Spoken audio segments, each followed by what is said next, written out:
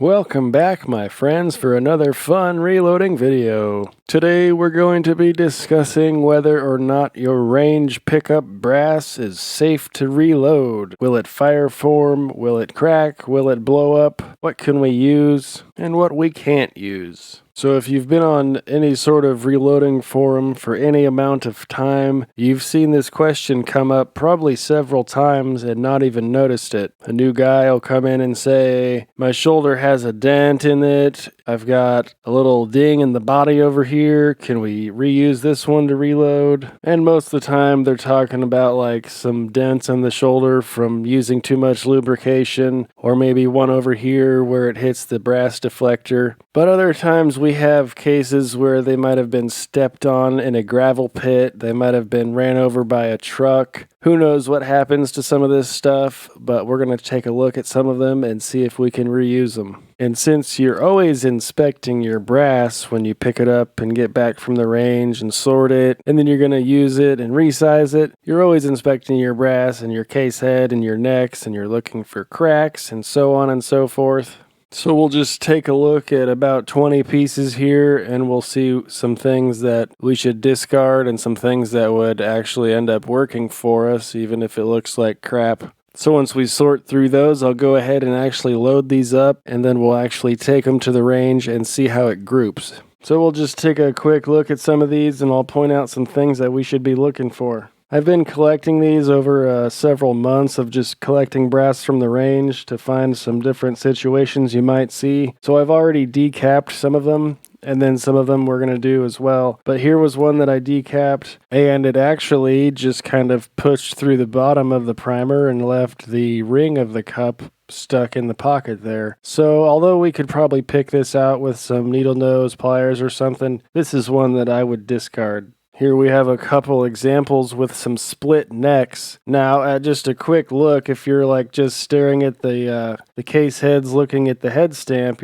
just sorting them in different buckets, and you don't notice your neck, and when you go to load them up, if you have a bullet that's long enough to fit down the neck here, this might actually fire, but it might not look too great when it comes back out of your gun. And of course that's not safe to begin with, so we should always be checking this sort of thing and discarding these. Or, depending if they've been fired, 20 times to cause these cracks, we can chop these into 300 blackout if they're appropriate head stamps.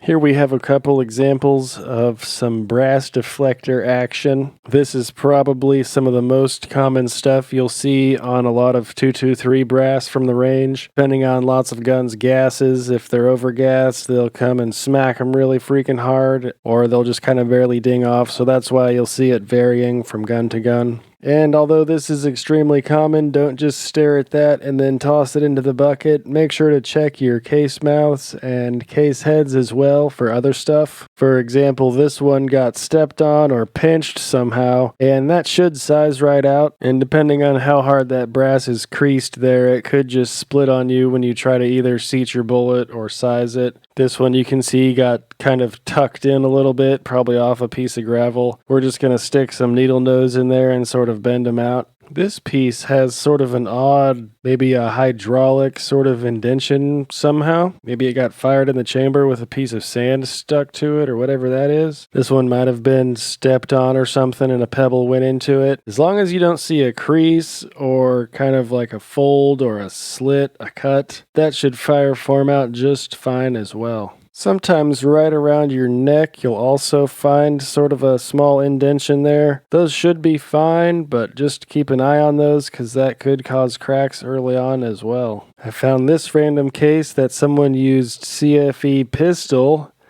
and I don't know what that was, maybe 4.2 or something. Maybe they were trying some subsonic loads. This one's probably safe for another few loadings, but whoever was doing something with this obviously didn't want it because it wouldn't have automatically ejected itself from the gun, so they left this one behind for a reason. Sometimes we'll see long streaks like this that aren't very deep at all. It usually comes from feeding off the magazine or the bolt, sliding across it, something like that.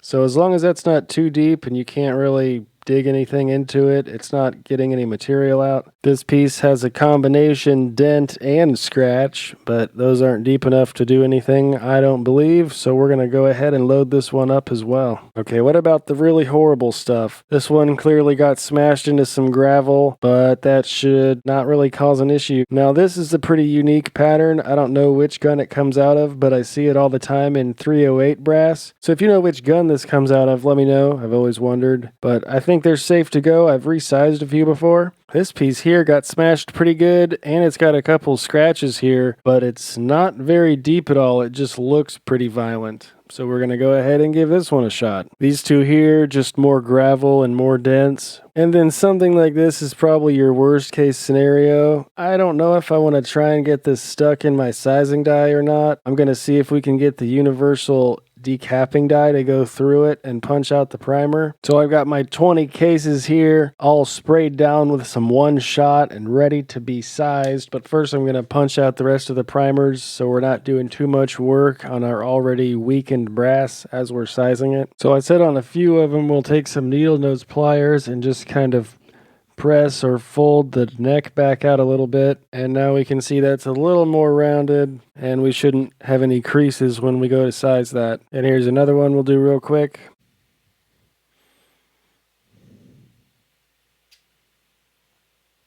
Still a little bit of a crease on this one, but we should be okay, I believe. I've had worse. Let's give this really super horrible one a try and just see if we can do anything to this case mouth here.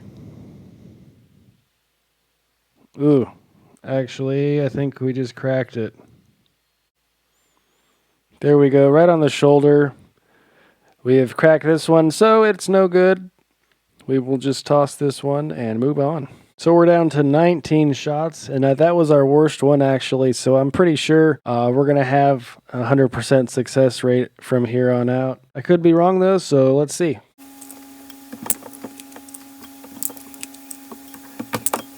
So this is now the worst case of the bunch here. When I decapped it, it kind of helped push that dent out a little bit, so I think it'll be even easier when we send this through the sizing die now.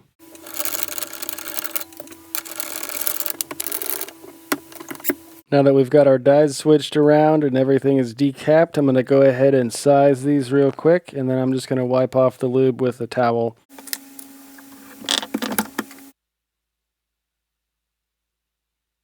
Wow, that was already our worst one, and I think it did a pretty good job. That straight creased line is no longer there, and we just have an indentation that I'm pretty sure we can just fire form out and move right along.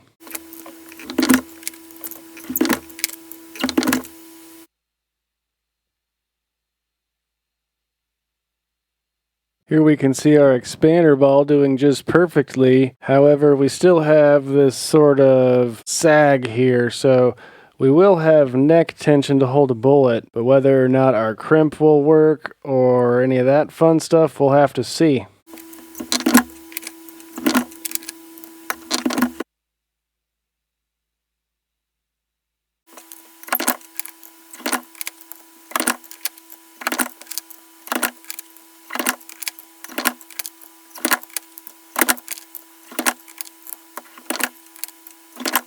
Now that we're all full length sized and all these necks have been nice and rounded out, I'm going to go ahead and ream out any of these military crimps real fast. So back in my how to remove military crimps video, I mentioned that this is my method at the moment, but we just take our VLD chamfering tool actually, and that works just perfectly to ream out these pockets.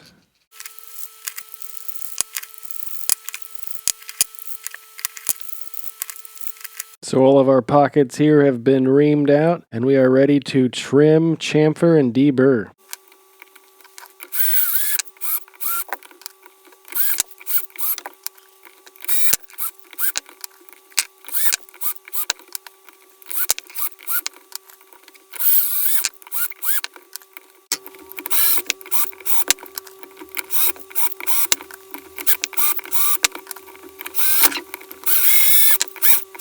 So now our brass is all trimmed, chamfer, deburred, and this was all the material that we got out of the primer pockets from reaming them and all the trimming. So I'm going to just run a Q-tip through all these and then wipe all the lube and all the shavings off these, and we'll be ready to prime and load these up.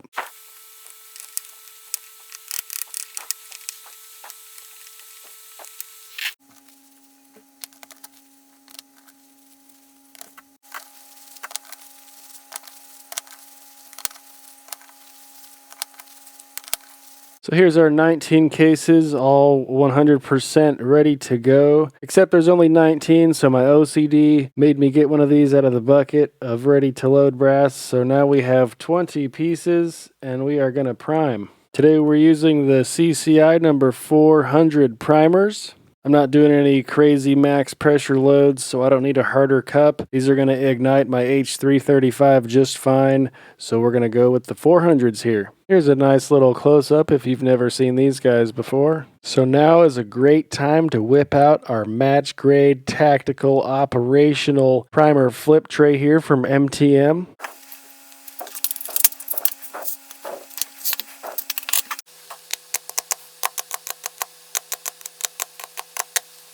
Real quick before we load up everything in the Dillon, we're going to be using H335 powder, and we're going to be using their starting recommended charge of 23 grains coming off of their website. Our projectiles are going to be a 55 grain full metal jacket, and our overall length is going to be just at the top of that cantilever, and that'll be seated right at 2.21.5 or 2.22 inches.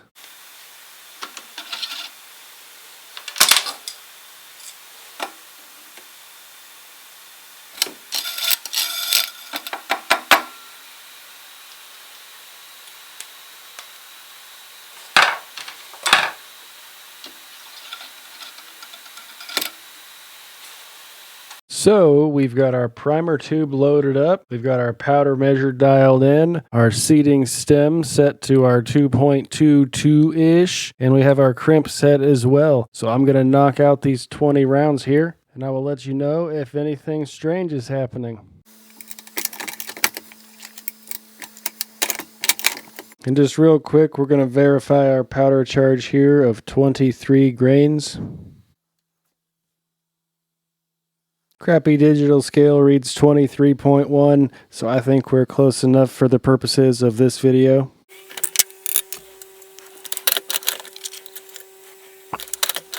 Seating depth looks perfect right on that very first bullet at the top of the cantilever there.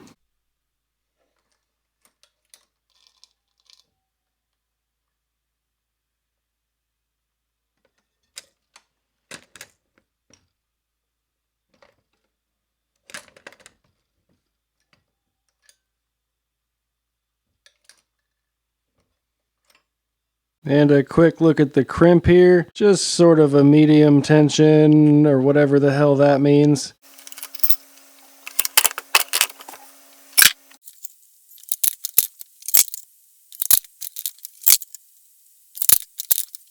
So I was running through these, I've still got a few left. This is the one with that kind of curled case mouth. I was able to get it seated, and we're going to see now if it'll crimp at all. I'm sure it'll be super inconsistent tension with all the others, but you know, pretend you're on the wasteland and this is the only brass you can find. We can see it crimped the rest of the neck and just kind of jumped over that area. So it'll be super inconsistent, but I think it's still going to fire just fine, even though it's pretty ugly.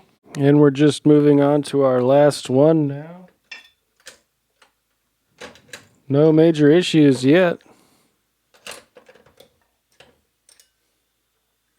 And my last primer even fed, which is, for whatever reason, somewhat unusual. Here's a quick look at some of the completed rounds. These actually feel a lot like they've smoothed out. You can still feel the ridges, but it's not as bad as before we sized it. There's just one of those little dents from a deflector. This one sized out the best. I think this is going to be our most problematic one. Maybe there's a little crease there, but overall, I think most of these are going to be good to go. So all of that actually went a lot smoother than I had originally anticipated. I was being careful during seating the bullets to make sure that I wasn't going to crush any cases or that some of those dents on the shoulders weren't getting any worse. So maybe that's something you guys should look out for as well if you're going out of your way to use the nastiest brass you can find. So I double checked all of our overall lengths, checked the powder thrower that was spot on at 23 grains. So if you have made it all the way through the video, thank you so much for watching. Hopefully we can learn something together here doing this test. So stay tuned for more. We're going to take these to the range and see what happens to them. And I'm going to try and get some footage while we're there in case anything crazy happens. And we're going to probably just shoot all 20 into one single target and see what kind of group it's going to give us as well. So thank you so much for hanging out. We will see you in the next video. Have a good one.